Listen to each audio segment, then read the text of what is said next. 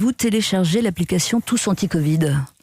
Oui, mais alors je suis pas le bon exemple parce que je suis mon propre cobaye, c'est-à-dire que par conscience professionnelle, j'étais obligé de télécharger. C'est pas une question d'exemple, vous l'avez. J'ai l'application sur mon téléphone parce que je voulais voir effectivement comment ça fonctionnait. Est-ce que alors vu de vous, ça donne quoi cette application? Alors vu de moi, la première utilité que je lui trouve, c'est quand même que c'est plus facile de générer des attestations de cette manière-là. Et je pense que beaucoup de gens l'ont téléchargé pour cette raison.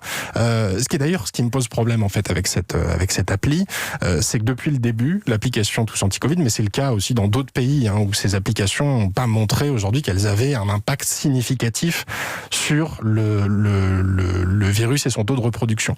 Ce sont bien plus des outils de communication politique que des outils de politique sanitaire. Et d'ailleurs, le meilleur exemple de ça, c'est que la seule chose sur laquelle communique le gouvernement quand il parle de Tous Anti-Covid, et c'était la même chose avec Stop Covid, alors Stop Covid, il n'y a vraiment aucun bilan à mettre en avant, donc c'était plus compliqué, mais c'est le nombre de téléchargements. C'est dire, voilà, vous avez été aujourd'hui plus de 10 millions à télécharger cette application. Parce que ça ne peut fonctionner qu'en masse. Ça ne peut fonctionner qu'en masse, c'est ce qu'expliquaient les épidémiologistes qui ont travaillé dessus et qui ont fait les premiers modèles dès le mois de mars, notamment les chercheurs d'Oxford, qui nous ont expliqué qu'il fallait effectivement quand même un taux d'adoption et de pénétration assez fort pour que ça puisse avoir un impact. Mais moi, je prends souvent l'exemple de Singapour là-dessus. Singapour, qui a priori est un territoire qui se prête particulièrement à ça. C'est une cité-État, c'est une espèce de ville du futur bardée de capteurs, avec un taux d'équipement électronique très très fort.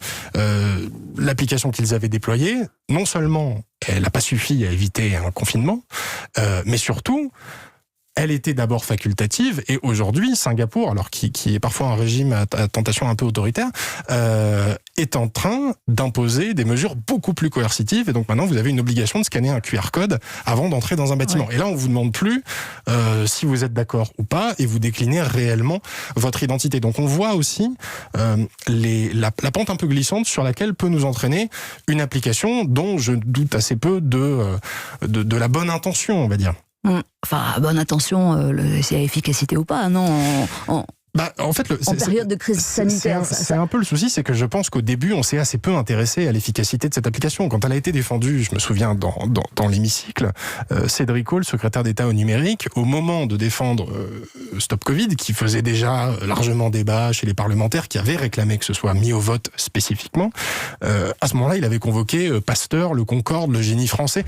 On voit qu'on était dans le registre affectif, complètement irrationnel, et qu'à ce moment-là, on s'intéressait assez peu, en fait, de savoir si effectivement ça allait ou pas faire reculer le virus.